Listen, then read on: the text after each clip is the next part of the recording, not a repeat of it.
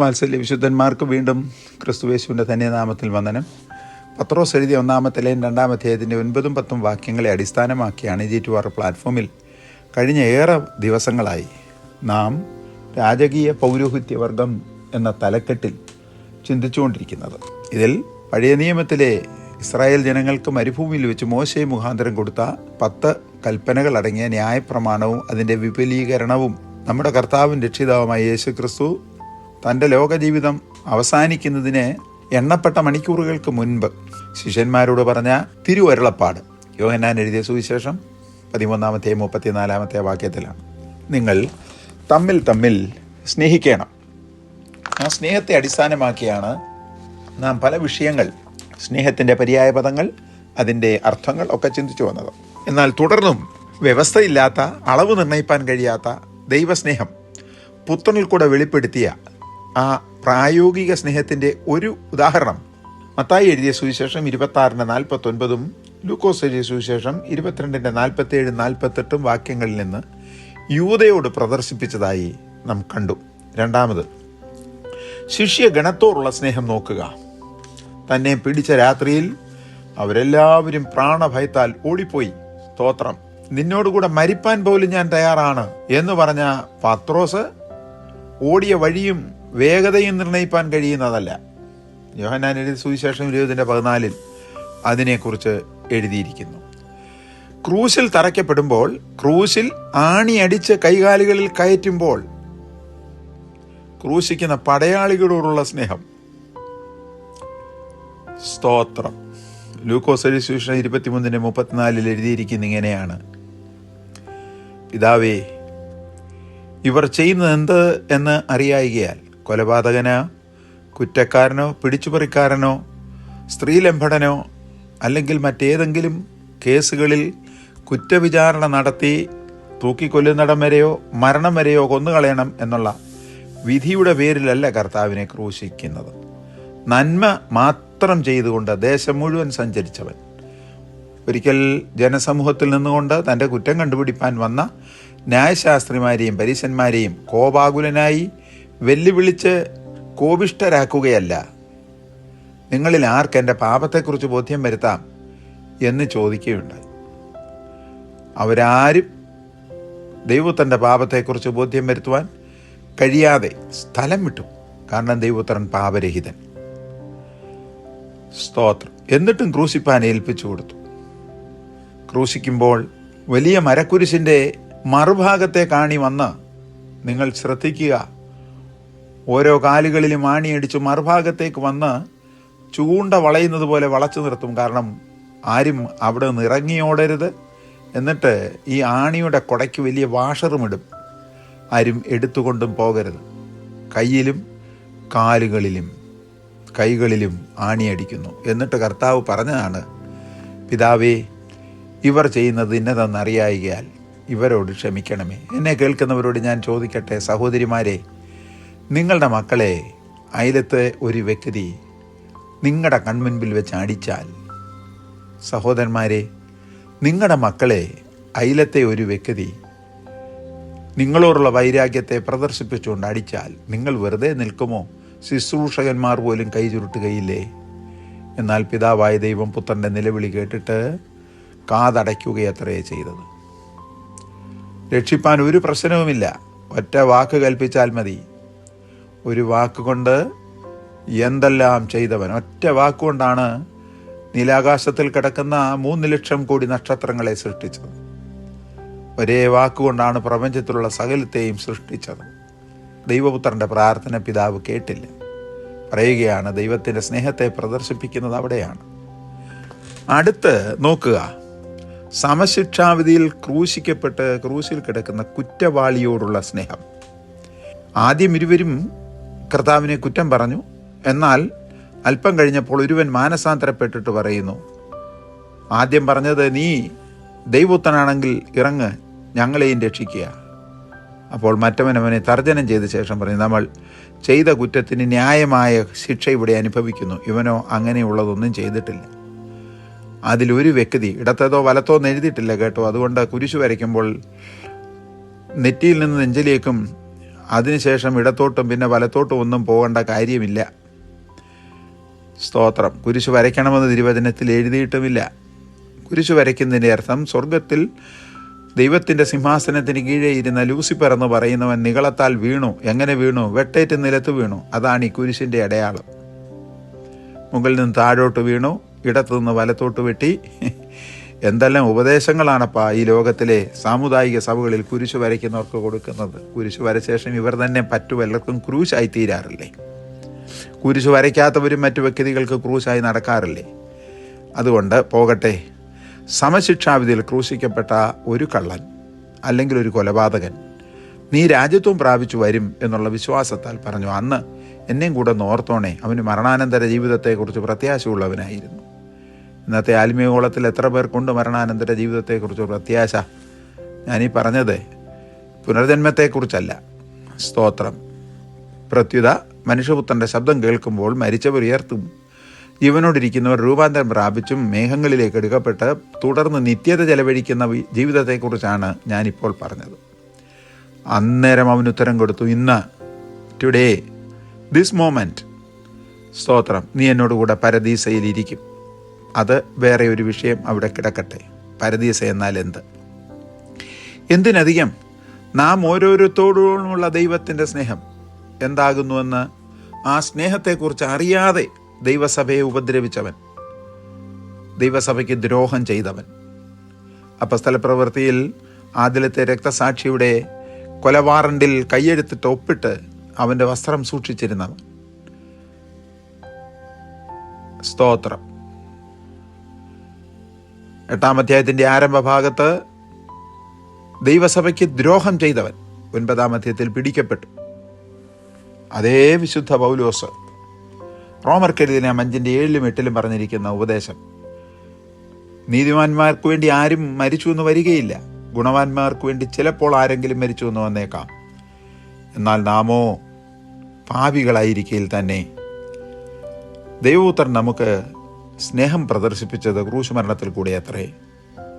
അപ്പോൾ ദൈവത്തിൻ്റെ സ്നേഹം യൂദയോട് മാത്രമല്ല പ്രദർശിപ്പിച്ചത്, പത്രോസിനോടും ക്രൂശിൽ തന്നോടുകൂടെ ക്രൂശിക്കപ്പെട്ടവനോടും ശിഷ്യഗണത്തോടും കൂടെ മാത്രമല്ല. ശിഷ്യഗണത്തോടുള്ള സ്നേഹം എത്ര വലുതായിരുന്നു എന്നറിയാമോ?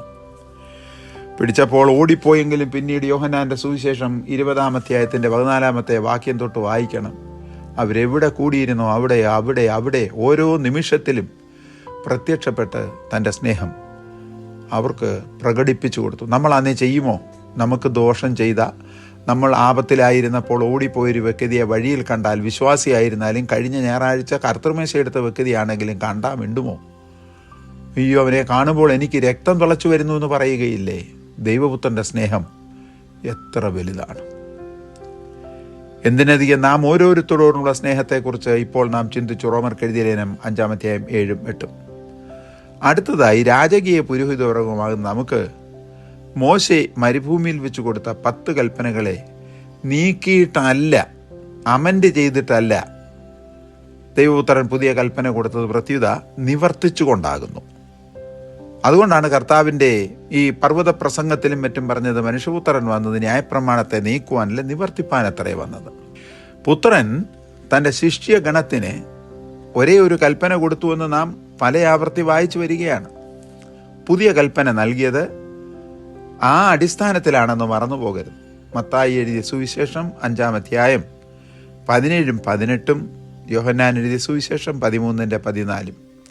ആകയാൽ 10 കൽപ്പന എന്ന ന്യായപ്രമാണ ധാതുവും ദൈവപുത്രൻ ഒരേ കൽപ്പനയുടെ നിവർത്തീകരണവുമായിരുന്നു എന്ന് മറക്കരുത്. 10 കൽപ്പനകൾ പുത്രനായ കർത്താവ് ഏകീകരിച്ചുകൊണ്ട് ഒരു കൽപ്പനയാക്കി തീർത്തു, സംക്ഷിപ്ത രൂപത്തിൽ. അതെങ്ങനെയാണെന്ന് താരതമ്യം ചെയ്യുന്ന അല്പ പഠനം കൂടെ തുടർന്ന് നമുക്ക് നോക്കാം. ന്യായപ്രമാണത്തിലെ ഒന്നാമത്തെ കൽപ്പന കർത്താവായ യേശുക്രിസ്തു തന്ന ഏക കൽപ്പനയും തമ്മിലുള്ള താരതമ്യം, comparison between the old testament 10 commandments and the only one commandment that Jesus Christ our Lord gave. ന്യായപ്രമാണത്തിലെ പഴയ കൽപ്പന എടുക്കാം.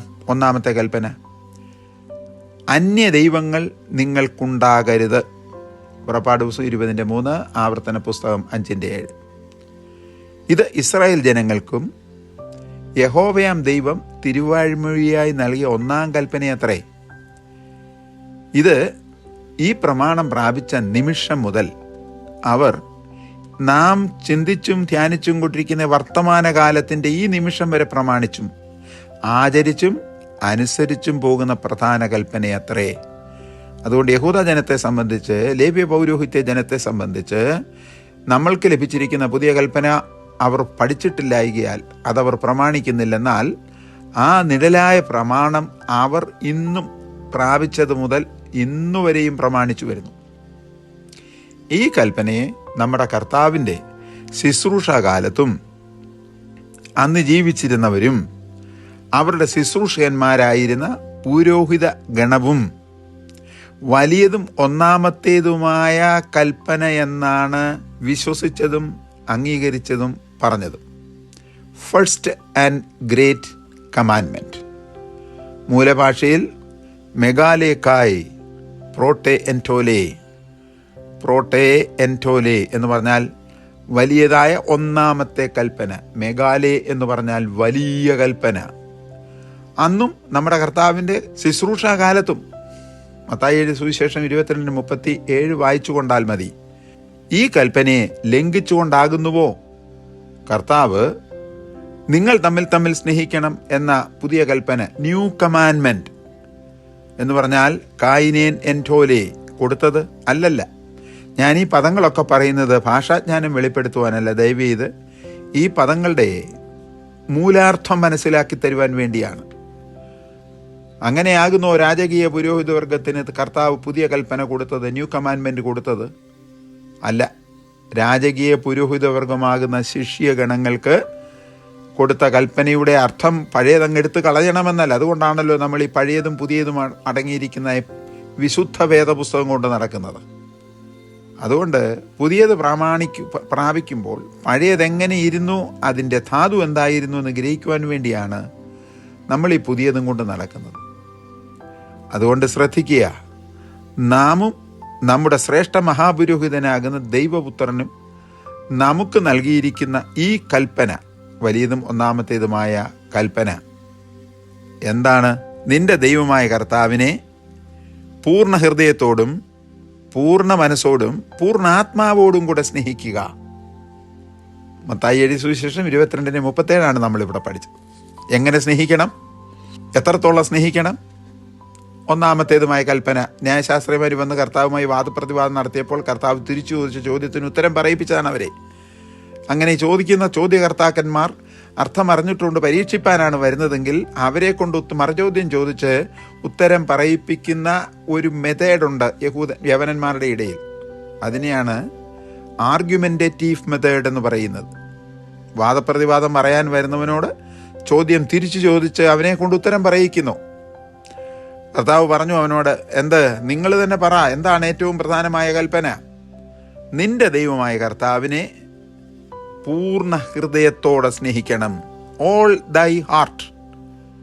ഹോലേത്തെ കാർഡിയ എന്ന് പറഞ്ഞാൽ ഹൃദയം, ഹോലെ എന്ന് പറഞ്ഞാൽ ഹോൾ, മുഴു ഹൃദയത്തോടുകൂടെ. രണ്ടാമത് പറയുകയാണ് പൂർണ്ണ ആത്മാവോടുകൂടെ. ഓൾ ദൈ സോൾ. ഹോലേത്തെ സൂക്കേ എന്ന് പറഞ്ഞാൽ ആത്മാവ്. ഹോലേ എന്ന് പറഞ്ഞാൽ സ്തോത്രം, പൂർണ്ണമായത്. മൂന്നാമത് പറയുന്നു പൂർണ്ണ മനസ്സോടെ. ഓൾ ദൈ മൈൻഡ്. ഹോലേത്തെ ഡൈനോയ. വേറെ ഒരു വിഷയവും അതിനിടയിൽ പ്രവേശിക്കരുത്, ഒരു ധൂമകേതുവും അതിൻ്റെ ഇടയിൽ കയറരുത്. സ്നേഹിച്ചാൽ, അങ്ങനെ നമ്മൾ തുടർന്നാൽ നമുക്കും നമ്മുടെ ദൈവത്തിനും തമ്മിലുള്ള സ്നേഹത്തിൻ്റെ നടുവിൽ വേറെ ഒരു വിധത്തിലും യാതൊരുവിധ സബ്സ്റ്റിറ്റ്യൂട്ടും ഉള്ള ആരാധനാ വിഷയങ്ങൾ നുഴഞ്ഞു കയറുകയില്ല എന്ന് സാരം. ആകയാൽ ദൈവപുത്രൻ തൻ്റെ ശിഷ്യന്മാരും സഭയും കാന്തയുമായി ദൈവം തെരഞ്ഞെടുത്തിരിക്കുന്ന ദൈവമക്കൾക്ക് കൊടുത്തിരിക്കുന്ന അതിശ്രേഷ്ഠമായ കൽപ്പന തമ്മിൽ സ്നേഹിക്കണം എന്ന പുതിയ നിയമകൽപ്പന പഴയ നിയമകൽപ്പനയെ തൃണവൽഗണിച്ചുകൊണ്ടല്ല, അതിനെ ഉൾപ്പെടുത്തിക്കൊണ്ടാണ്. ഇതിൽ അത് പൂർണ്ണമായി നിറവേറുന്നു. അതാണ് അതിൻ്റെ രത്നച്ചുരുക്കവും. ജീവനാഡിയും എന്ന് ദൈവസഭ മറന്നു പോകരുത്. അതുകൊണ്ടാകുന്നു വിശുദ്ധ യോഹന്നാൻ, ഒരുത്തൻ ദൈവത്തെ സ്നേഹിക്കുന്നുവെങ്കിൽ അവൻ സ്നേഹിക്കുന്നുവെന്ന് പറയുകയും തൻ്റെ സഹോദരനെ സ്നേഹിക്കാതെ പകയ്ക്കുകയും ചെയ്യുന്നു എങ്കിൽ അവൻ കള്ളനാകുന്നു എന്ന് പറഞ്ഞതിൻ്റെ അർത്ഥം. കള്ളൻ എന്നുള്ളതിന് ഗ്രീക്ക് പദം ക്ലെപ്റ്റേസ് എന്നാണ്. ആരും അറിയാതെ കൊണ്ടുപോയി പൂഴ്ത്തി വെക്കുന്നവനെന്നർത്ഥം. അപ്പം ഹൃദയത്തിൽ സഭായോഗത്തിൽ എഴുന്നേറ്റ് സ്നേഹത്തിൻ്റെ സാക്ഷ്യം പറഞ്ഞാലും ഹൃദയത്തിൻ്റെ അടിത്തട്ടിൽ കോപവും ക്രോധവും വൈരാഗ്യവും മറ്റും മറന്നു കിടക്കുന്നവനാണ് കള്ളൻ. എന്നിട്ട് യോഹന്നാൻ തുടരുകയാണ്, താൻ കണ്ടിട്ടുള്ള സഹോദരനെ സ്നേഹിക്കാത്തവൻ കണ്ടിട്ടില്ലാത്ത ദൈവത്തെ സ്നേഹിപ്പാൻ എങ്ങനെ കഴിയും? വാഗൊണ്ട് എന്തും പറഞ്ഞ് പലരെയും കേൾപ്പിക്കാം, പക്ഷേ ഹൃദയത്തിൻ്റെ അടിത്തട്ടിൽ എങ്ങനെ ഇരിക്കുന്നു എന്ന് ചിന്തിക്കുക. യോഹന്നാൻ എഴുതിയ 1-ാമത്തെ ലേഖനം 4-ാമത്തെ അധ്യായം 20-ാമത്തെ വാക്യം. തീർന്നില്ല, തുടരുന്നു. ദൈവം സ്നേഹമാകുന്നു. As a whole, from top to bottom, God is love. ദൈവം സ്നേഹമാകുന്നു. യോഹന്നാൻ്റെ 1-ാം ലേഖനം 4-ാമത്തെ 8, 10, 16 വാക്യങ്ങൾ. ഈ വിഷയത്തിൽ അടങ്ങിയിരിക്കുന്ന ദൈവീക മർമ്മം ആരെങ്കിലും ദൈവത്തിൻ്റെ വചനം പ്രമാണിക്കുന്നു എങ്കിൽ അവരിൽ സ്നേഹം വാസ്തവമായിരിക്കുന്നു. Love of God is perfected in them. Yohannan എഴുതിയ 1-ാമത്തെ ലേഖനം 2-ാമത്തെയും 5-ാമത്തെ വാക്യം. അതുമാത്രവുമല്ല, ദൈവത്തെ ആരും ഒരു നാളും കണ്ടിട്ടില്ല. അങ്ങനെയാകുന്നു എങ്കിൽ ഈ കാണാത്ത ദൈവത്തിൻ്റെ ചിത്രം വരച്ചു പലയിടത്തും തൂക്കിയിരിക്കുന്നല്ലോ, പലയിടത്തും കണ്ടുകൊണ്ട് നടക്കുന്നല്ലോ. ഇത് യോഹന്നാൻ്റെ കാലം വരെ ആരും കണ്ടിട്ടില്ല. യോഹന്നാൻ ലേഖനം എഴുതുന്നിടം വരെ ആരും കണ്ടിട്ടില്ലെന്ന് ദൈവത്തെ. ശരീരത്തിൽ വെളിപ്പെട്ട ക്രിസ്തുയേശു പ്രത്യക്ഷപ്പെട്ടിട്ടുണ്ട്, പക്ഷേ യോഹന്നാൻ പത്മോസിൽ വെച്ചും എഫസോസിൽ വെച്ചും കർത്താവിൻ്റെ ചിത്രമൊന്നും വരച്ചിട്ടില്ല. പൗലോസ് ആകട്ടെ പത്രോസ് ആകട്ടെ ആരും കർത്താവിൻ്റെ പടം വരച്ചിട്ടുമില്ല. അതുകൊണ്ട് ദാടി വളർത്തിയതും തലമുടി നീട്ടിയതും പലവിധമായ രൂപ സാദൃശ്യങ്ങൾ കാണിച്ചുകൊണ്ടും ആടിനെ എടുത്തുകൊണ്ടും മുട്ടിന്മേൽ നിന്നുകൊണ്ടും ഒക്കെ വരച്ചിരിക്കുന്ന പടങ്ങളൊന്നും യേശു ക്രിസ്തുവിൻ്റെതല്ല. അത് ഡാവിൻസിയും മൈക്കലാഞ്ചലോയും സങ്കല്പത്തിൽ നിന്ന് ശലോമോൻ്റെ ഉത്തമഗീതത്തിൽ കണ്ടിരിക്കുന്ന ചില രീതികൾ കണ്ടിട്ട് വരച്ചതാണ്. അത് ക്യാൻവാസിൽ കണ്ടതാണ്. അത് നമ്മുടെ കർത്താവിൻ്റെതല്ല. അത് മാത്രമല്ല, ദൈവത്തെ ആരും കണ്ടിട്ടില്ലായാൽ അവൻ്റെ രൂപം എങ്ങനെ നമ്മൾ വരയ്ക്കും? നാം അന്യോന്യം സ്നേഹിക്കുന്നുവെങ്കിൽ ദൈവം നമ്മിൽ വസിക്കുന്നു. ദൈവത്തിൻ്റെ സ്നേഹം നമ്മിൽ തികഞ്ഞുമിരിക്കുന്നു. യോഹന്നാൻ എഴുതിയ 1-ാമത്തെ ലേഖനം 4:12.